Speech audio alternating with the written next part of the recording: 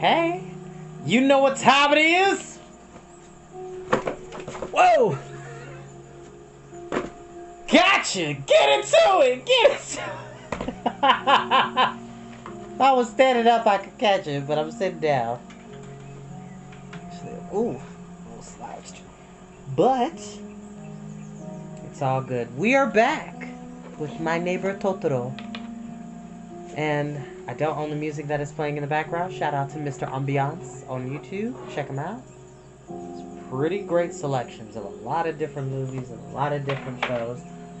But I'm doing this a bit early than what I normally would because I'm making chili tonight and I don't want to make it super duper late in the evening. I'm trying to tackle that as early and as swiftly as possible. But I hope everybody's having a good Friday night.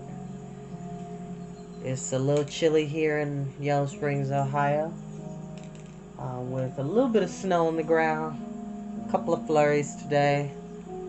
But I love it. I love the cold. I'm not a heat person. Surprisingly, considering I've been to Miami twice.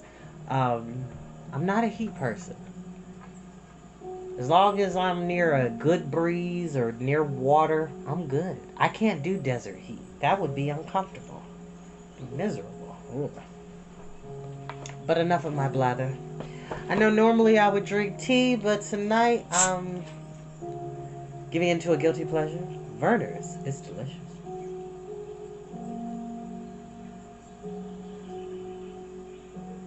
Ooh, one of the best ginger ales. As I said on Instagram, I'll say it again. I drink pop. Alright? I drink pop. Not soda. Not drink. Or everything in the South like, you want a Coke? I'm like, no, I just want, something simple. Like, everything is a Coke. For all my Midwest people, you know what I'm talking about. Up here we say pop.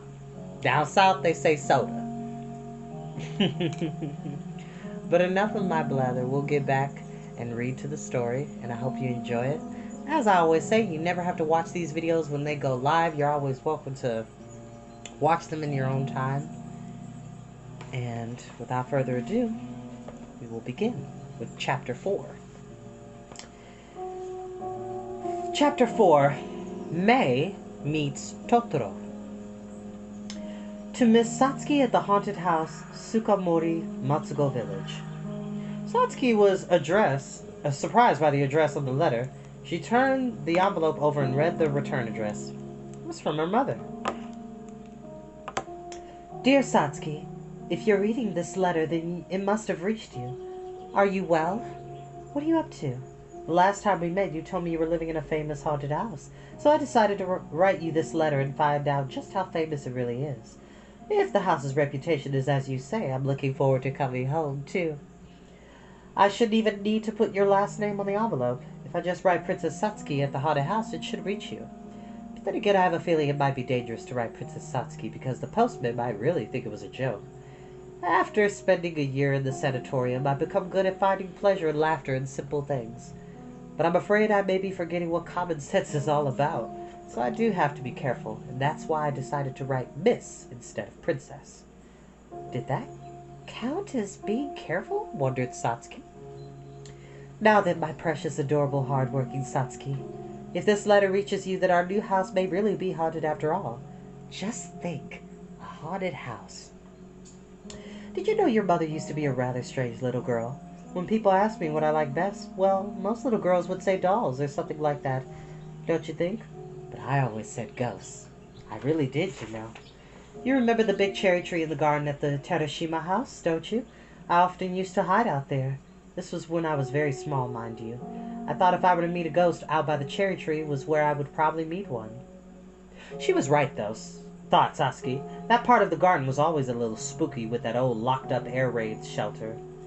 But I never met any ghosts in the garden. I think it was because the neighborhood has always had so many houses and so many people. There are no fields or forests or lonely places for ghosts to hide. And now you've all moved to a house with ghosts, and you brought me acorns the ghost gave you. I'm so happy you brought them. Those little acorns remind me of you and May. I caress them every day and say good morning and good night, and how are you to them? Mommy really loves us a lot, Satsuki realized. I noticed something interesting about the house people live in. If there's a spooky legend about the house, it looks legendy. If it holds some kind of secret, it looks secrety. If there's a ghost, the house looks ghostly. If a scholar lives in the house looks scholarly.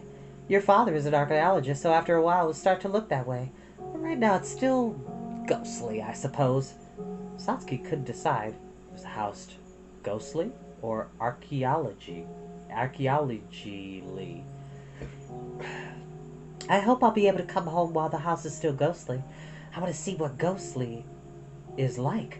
I loved ghosts so much when I was little. I hope I can meet a real one. I'd like you to do something for me. If you do see a ghost, please be sure to tell that I want to meet it. Please don't forget. Tell it not to go away. Well, it's time for lights out. I hope you'll always be happy and healthy. All my love to May. I'll write again. Mother. Satsuki smiled. I won't forget, Mommy. If I meet a ghost, I'll be sure to tell him what you said, she thought. She put the letter back in the envelope and carefully put it in her school bag, along with the mail for Tetsuo, who was waiting in the mailbox. Finished? Miyako called down from the top of the embankment. Satsuki was sitting on the footbridge, dangling her legs over the little stream. Miyako was Satsuki's classmate. Her house was near Mount Hake, on the other side of Matsui River, down the road that turned before Satsuki's house. But on the way home from school, she usually walked with Satsuki as far as the bridge. Finished! It was from my mom, Satsuki said. Ah, you're so lucky. Miyako skipped and slid down the slope. What makes me lucky? I mean getting a letter from your mother. Why not? She's in the hospital. See? Lucky. Satsuki giggled. Miyako picked up her bag from where she left it on the bridge and put it her arms through the straps. See you tomorrow, she called cheerfully as she walked away. See you tomorrow! Satsuki started up the path to the house. Miyako headed toward her usual shortcut across the patios. Miss Moriyama says you can't come home. Stay home just 'cause it rains, she called again. Satsuki laughed. Too bad. See you. Bye. See you tomorrow. Satsuki walked around to the doors that opened into the garden from the study and peeked in. Tetsuo was staring at a report he was writing. He was wearing his work frown. Satsuki decided to go in by the front door so as not to disturb him, but just as she was about to go, he looked up and smiled. Hello there. Is it already that time of day? I'm back! Satsuki came into the study and dropped her bag. Boy, is that getting heavy. Daddy, what time is it? The time? It's 2:17. Not quite snack time yet. Here's your mail. I guess I'll go write Mommy a letter. She sent me one. Where's May? Tetsuo glanced at the envelopes and looked up. She's out in the yard.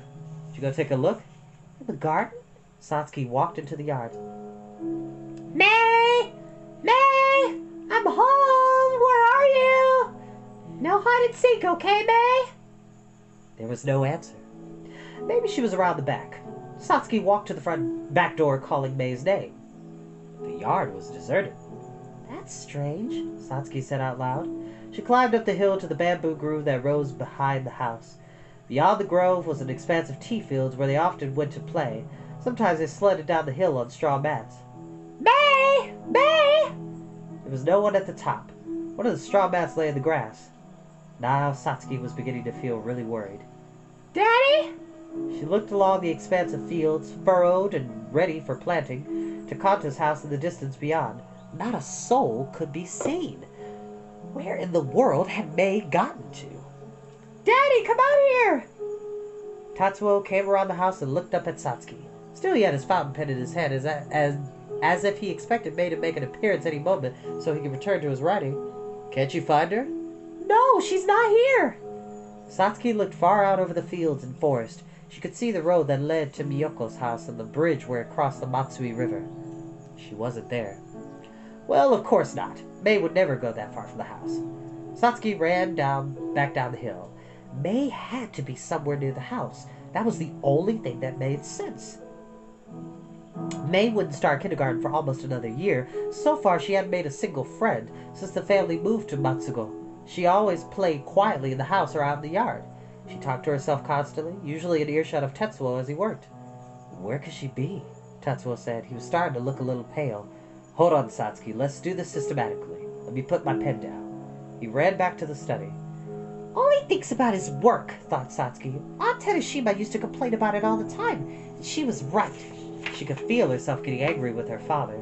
She hadn't liked when Auntie criticized him, but now she found herself agreeing with her. Work, work, work! Was it so much to ask for him to check every now and then to see if May was all right? Tatsuo came hopping back around the house. He was trying to run and put his shoes on at the same time. What about the stream out front? Did you check there? What for? I was sitting there just a few minutes ago. Let's take it from the top and do it carefully this time. First, they went around the house. Satsuki went clockwise and Tetsuo went counterclockwise. Satsuki ran over to the pond, and on the far side of the garden, May often liked to take a stick and stir up the pollywogs and water beetles in the puddles of water. They were all that was left of the pond. Maybe she could find a clue there. Daddy, come look at this! But as soon as she called to her father, Satsuki left the pond and went towards something else she had spotted, like a dog on a scent. What is it? Did you find May? No, but look over by the rocks next to the pond. May dropped her tote bag. Satsuki, what are you doing? Tetsuo was puzzled to see Satsuki stopping again and again to pick something off the ground. Acorns, remember? We found some the day we moved in. The soot sprites left them. There are lots of acorns on the ground here, see? Now here's another one. Daddy, maybe May left them. As Satsuki was busily parting the grass, hunting for more acorns, Tetsuo spotted something on the ground a little farther away. He hurried over to Satsuki. Maybe she went that way. That's her hat. See, over by the bushes. A cranberry thicket ran along the edge of the garden between the yard and the Tsukamori woods. May's yellow straw hat peeked out from beneath the leafy branches that bent down toward the ground. They ran to the hat lying on the ground and parted the branches anxiously. To their surprise, a path led away into the bushes, like a little tunnel enclosed by long branches. It looks like a secret trail, Daddy. Satsuki was certain the path would lead them to May. And there she is, asleep.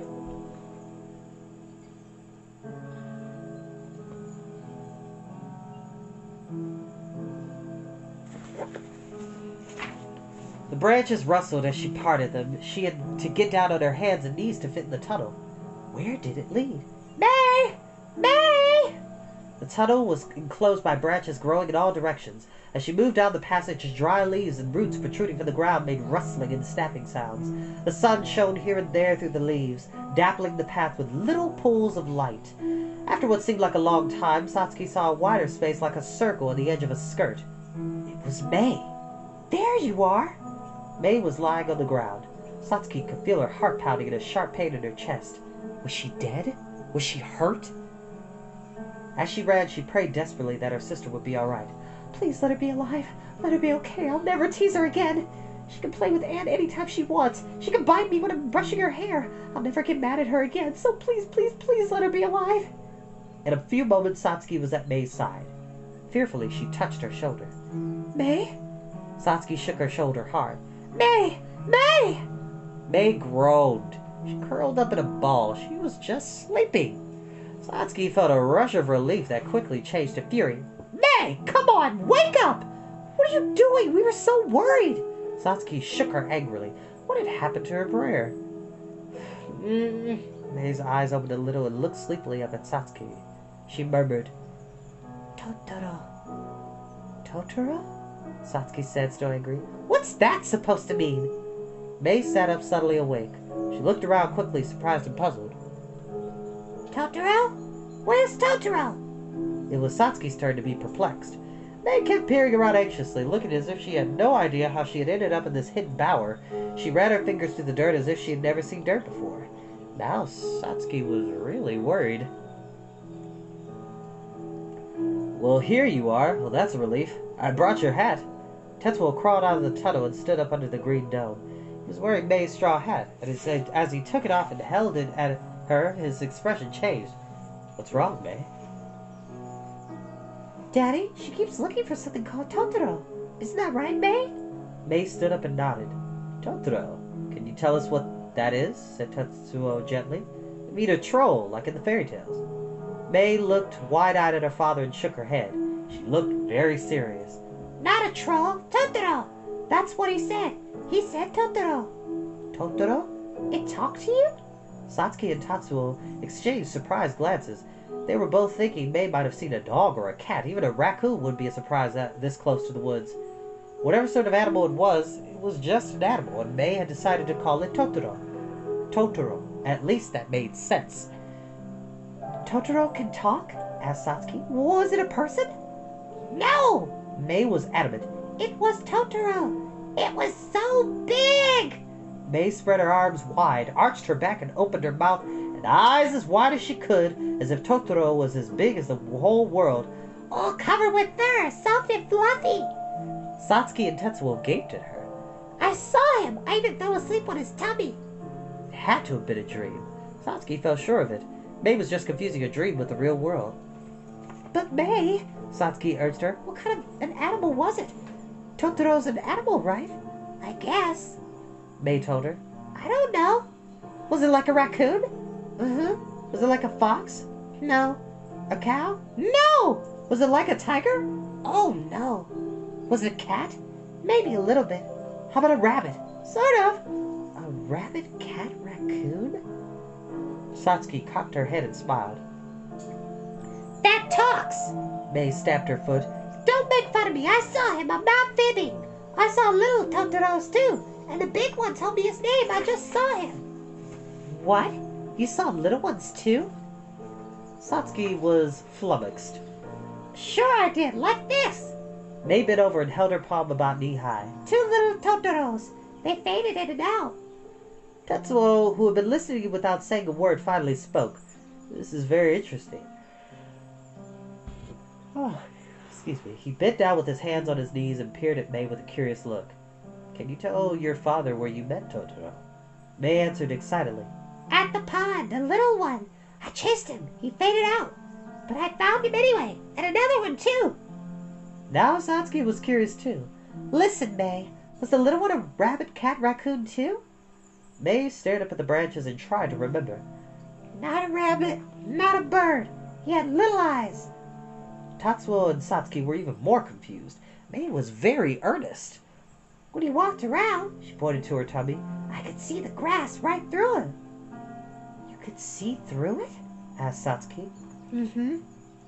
Satsuki rolled her eyes. That sounds like a ghost. No, it was a Totoro, not a ghost. You saw it by the pond, right? Asked Tatsuo. What happened after that? I found acorns, said May. Her voice grew stronger as she thought back. The Totoro dropped acorns on the ground and I picked them up. Satsuki took the acorns from her pocket and held them out to May. I found some too. See? He was dropping them all over the place.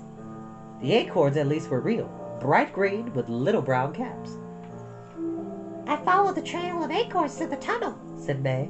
What happened next? Where did the Totoros go? Inside the tree. What tree? This one, said May, and suddenly dashed to the other side of the clearing. The next moment she parted the branches and disappeared. More tunnels, exclaimed Tetsuo. Satsuki grinned and ran into the tunnel after May. Tetsuo was too big to go through very quickly. Hey, wait for me, he laughed, but May and Satsuki were already gone. May ran through the leafy tunnel as fast as she could, with Satsuki close behind. The path sloped upward and fell gradually. Here! May shouted as she popped out of the thicket. Then Satsuki was right beside her. May froze and her mouth opened in surprise. What? Satsuki was just as surprised. Oh, excuse me. They were back in the garden. They were standing at the entrance to the tunnel. They had come right back out the way they came in. How did that happen? Satsuki said, completely confused. It felt like we were going towards Sakamori Woods. Before I went to the laurel tree, said May. Through this tunnel? Are you sure? To the big laurel tree. That's where Totoro lives, inside the tree. Tatsuo finally caught up with them, snapping twigs and shaking the leaves as he shimmied out. So this is where it comes out again. It's like a maze in there. He stood up brushing the twigs and leaf off his face and shirt. But there is only one path, Satsuki said. Are you sure it went to the woods, May? May ran back into the tunnel. Now hold on, May. Come back here, shouted Tetsuo. Daddy, May says this tunnel leads to Totoro. She says Totoro lives inside the laurel tree. Satsuki supposed she'd better go after May again. They had been through the tunnel once already, and it wasn't as scary as before. Still, who knew what might happen? Maybe the tunnel would twist back on itself and steal May away from them this time. But before Satsuki could follow her, May burst out of the tunnel with a rustling of leaves and a snapping of twigs just behind where Tetsuo was standing. "Oh, oh!" May shouted in surprise, turning round and round to look at the garden in the back of the tunnel. She looked so astonished that Tetsuo and Satsuki couldn't help but laugh. "It's true! I'm not fibbing!" May cried. "Don't laugh! Totoro was here! Inside the laurel! It's the truth!" Little by little, her little round eyes filled with tears and the corners of her mouth turned down. Satsuki didn't know what to say. She looked up at her father. It was funny, after all. "We're sorry, May. It's so unbelievable." Was Totoro real? It would hardly do to take May's word for it, but Satsuki's hand closed around the acorns in her pocket. "May," said Tetsuo solemnly, "I know very well you wouldn't tell a lie." He took her hand and looked up at the laurel. "Maybe what you meant was the guardian of this forest. If you really did, it'll bring you good luck. That's what Daddy thinks." As he spoke, Tetsuo looked up at the tree. His voice was filled with reverence.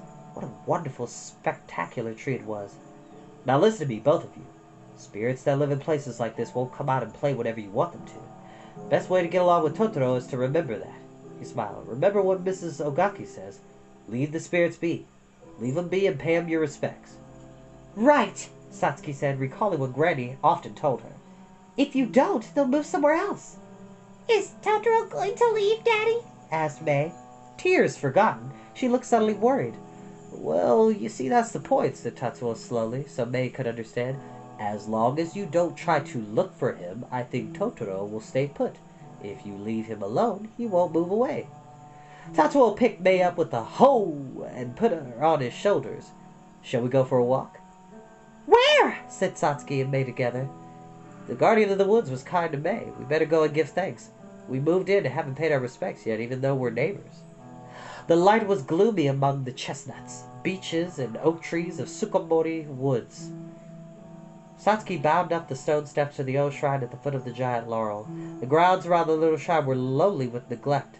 The stone water basin lay toppled on its side. The names of donors from generations past, inscribed on stone lanterns whose crowns lay fallen to the ground, were withered away and hard to make out. "May, you're getting heavy," Tetsuo said as he climbed the stairs after Satsuki. "Look, Daddy, isn't it beautiful?" Satsuki stood at the base of the great tree, gazing upward. From this close, the laurel looked almost supernatural. It would have taken 40 or 50 children like Satsuki and May to encircle its huge trunk with hands joined. The surrounding trees nodded in the wind, endlessly bowing toward it in silent respect. Rays of sunlight angled down, lighting up the trunks of some trees and leaving ones in cool dimness. Satsuki couldn't begin to imagine how she might describe the laurel's size. Could 100 carpenters working for 100 years use all the wood in this great tree? Its branches seemed to hold up the sky with enough space for all the birds in the woods to nest. It towered over her, moving and swaying in the wind, whispering endless without words.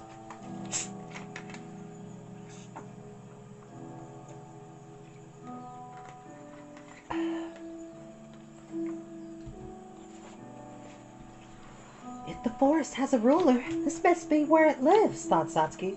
A ruler that wouldn't care whether or not you wanted to meet it. It would meet you when the time was right. The pale blue of the heavens hung far above the trees, but to Satsuki the massive canopy of branches sighing high above her head seemed greater than the sky itself.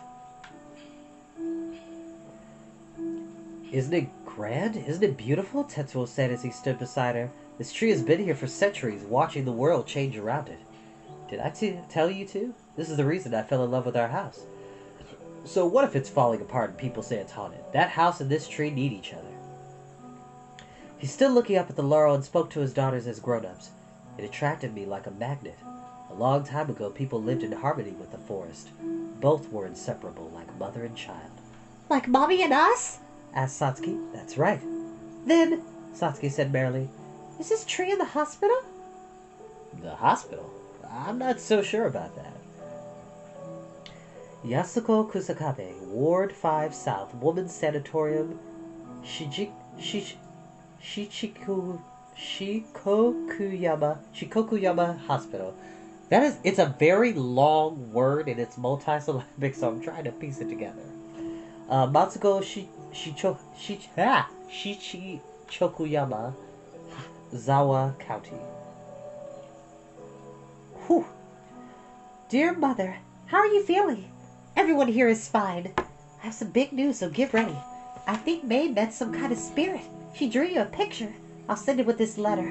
Whatever she met, she says it's really huge. His name is Totoro. May says she saw two others like him, but lots smaller.